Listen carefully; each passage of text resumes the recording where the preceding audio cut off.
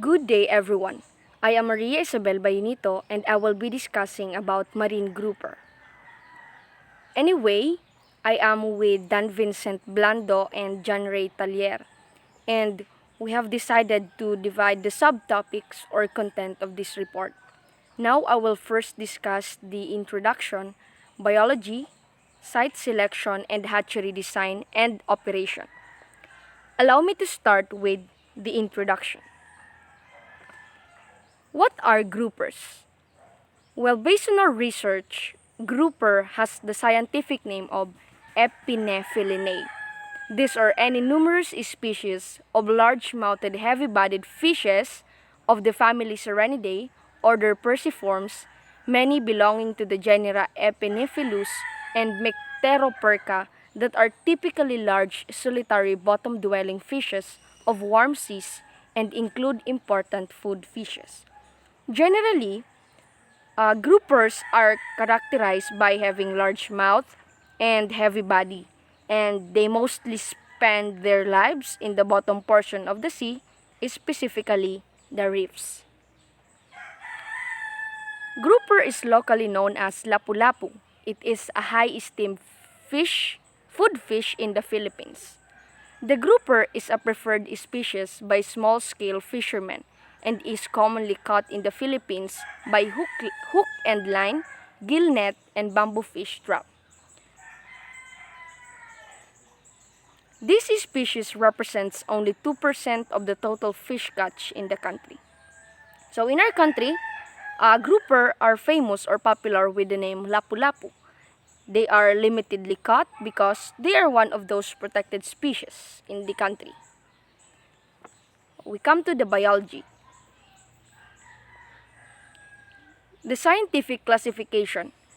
It has the common name grouper, which belongs to kingdom Animalia, phylum Chordata, class Ostichtes, order Perciformes, family Serenidae, and genus species Epinephelus spp.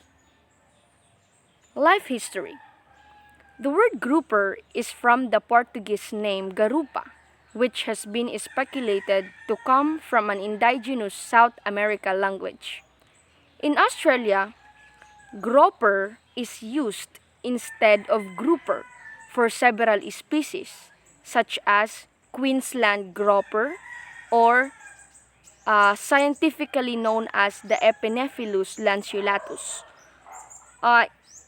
In Australia, Queensland grouper is just the same with the giant grouper, which is the largest among the grouper species. The difference is that Australians prefer to name them Queensland, but in many other countries like Mexico, they are popularly known as the giant grouper. Description. Groupers belong to the diverse ray-finned group of fish known as Telostae. Telos means bony fish. Typically, they have a stout fish with a large mouth and an equally large body. So stout means having a strong character, meaning that groupers are strong fishes since they are having large mouth and body. So they are robust looking fish. Robust looking meaning that they are capable of performing without failure under a wide range of conditions. Many different kinds of colors on scales due to vary of species. Yes, because there are a lot of grouper species, and sad to say that I have not included them in this presentation because it will took a lot of time for us to know them one by one. Right, so this is the presentation or representation of the stout body of a grouper having a large mouth and a specific scale for red grouper. So they have red grouper have reddish tone and white speckles. So it was very smooth to look at. So they are not fast swimmer. They can reach very large sizes, which giant groupers or the Epinephelus lanceolatus often weigh up to 100 kg and measure more than a meter in length. So they're not fast swimmers.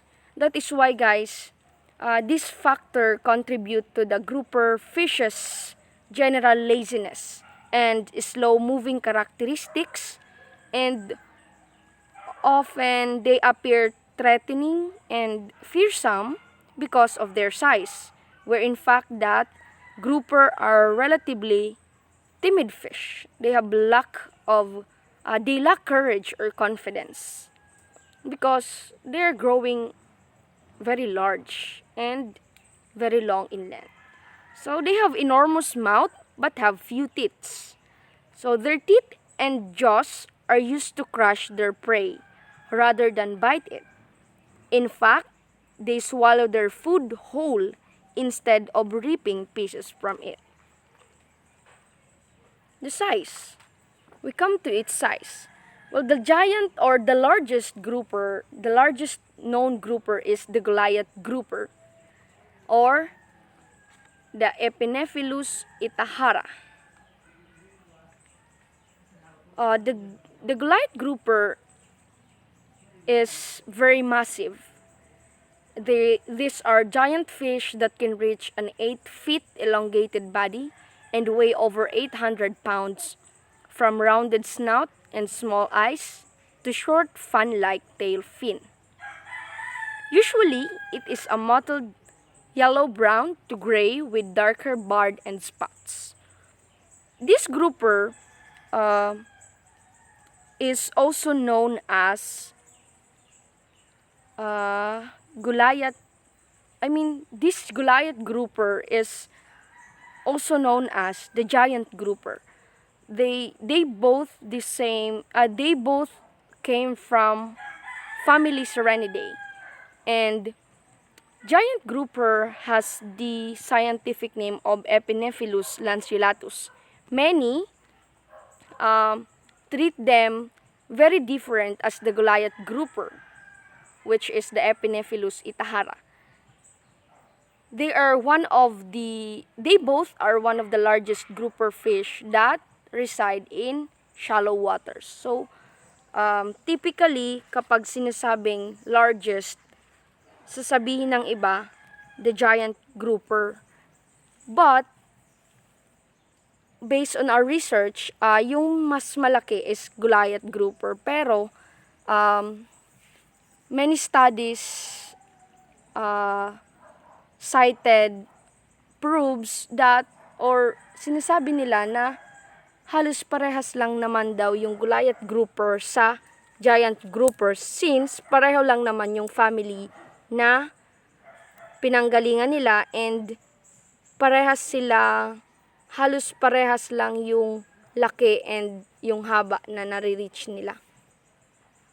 So they are found in shallow waters, just like I've said a while ago, like rocky corals and muddy inshore habitat. They will travel to estuaries looking for food and hunt in coastal areas. They are protected species, and one can only fish them on a catch and release basis. By the way, Goliath grouper is the largest grouper in the West Atlantic. The oldest verifiable grouper or Goliath grouper on record is 37 years. However, this specimen was sampled from a population of individuals depressed by fishing pressure, and it is projected that Goliath grouper may live much longer, perhaps as much as 50 years. So, yung na-verify na pinakamalaking grouper is 37 years. But then, it was sampled, and many assumptions were given that this grouper, if not used for that sampled for the population of individuals, may have lived longer as much as 50 years. So the smallest is Coney grouper or Cephalopholis fulva. They are some of the smallest among grouper species. The length vary from 6 to 8 inches, maxing out at 1 foot. Conies can range in color from red, yellow, brown, and combination of the three. Due to their small size, they are found in coral reefs and more inshore. Distribution is Caribbean, Bahamas, Florida, Bermuda, Gulf of Mexico, and Brazil. So, dito sa smallest na grouper is masyado akong nahirapan sa pagkuha ng details. But, among the readings and researches I have found in the internet, I can say na yung Coney grouper is siya na yung pinakamaliit. Kasi yung length niya lang varies from 6 to 8 inches. And so far, marami naman talagang marami naman talagang maliliit na grouper. Kaso, yung mga na-search ko is hindi clear yung mga details na nabibigay nila. And isang site yung nagbigay ng idea sa akin na yung Coney grouper has or is one of the smallest among the grouper species. So this is the illustration or the images of Coney groupers. This one, the yellow, these are Coney of golden variation, and they are found in Belize. This one is a Coney, right? They are found in Grand Cayman. This one is the Coney or the bicolor variation, and they are found in Cozumel, Mexico. Sex exchange. Groupers are protogynous hermaphrodites. I think this was already discussed by Maynard. So, protogynous hermaphrodites, meaning that after spawning as a female for 1 or more years, the grouper changes sex, functioning as a male during future spawning events. So, nagkakaroon sila ng sex change. That is why they are called protogynous hermaphrodites. They can function as a female, and they can also function as a male after spawning. Reproduction. Reproduction has something to do with the sex change. The female grouper can become a male when she reaches maturity, but only some of the longer females can go through this change. This transformation occurs when a large male dies. The ability to change sex ensures that there is always a male capable of mating with females. So, never ata magiging distinct yung species ng grouper, since they always ensure na merong magme-mate na male grouper sa females. That is why they undergo sex change. For the habitat. Groupers are found in rocky and coral reefs of the tropics and subtropics around the world. Their pelagic larvae remain in the open ocean for 40 to 60 days before reaching inshore nursery grounds. Once they are in the inshore nursery grounds, they transform into small juveniles and remain in their nursery habitat for periods that vary from 5 to 6 months for the gug grouper to 5 to 6 years for the red grouper and Goliath grouper. They then move offshore to join adult populations.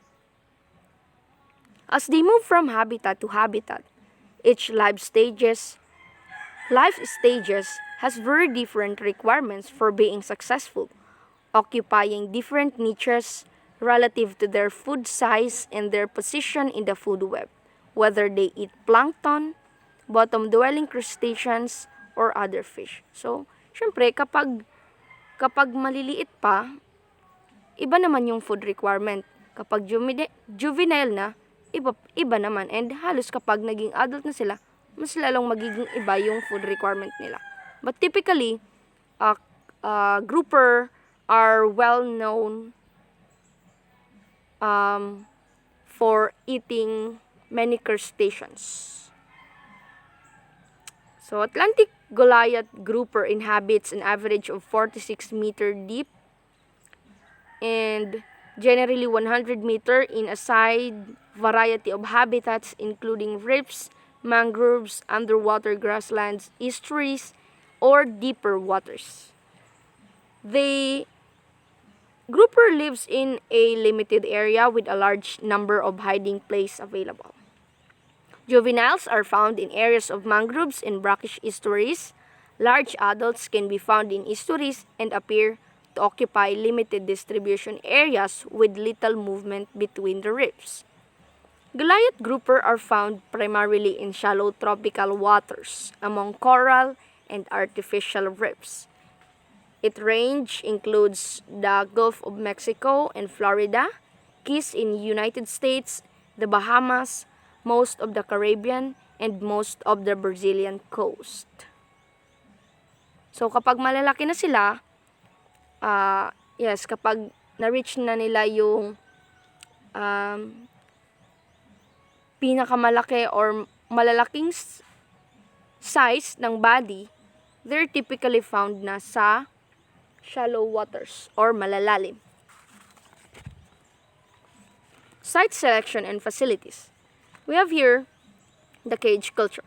To avoid damage caused by rough seas, grouper cages are set up in calm waters, example, in a bay, behind an island, or in a river close to the sea.